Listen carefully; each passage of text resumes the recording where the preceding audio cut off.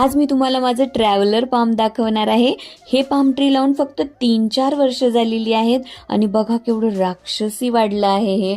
आणि याला मी अगदी लहानाचं मोठं होताना बघितलंय बरं, त्यामुळे यामध्ये माझा खूपच जास्त जीव आहे।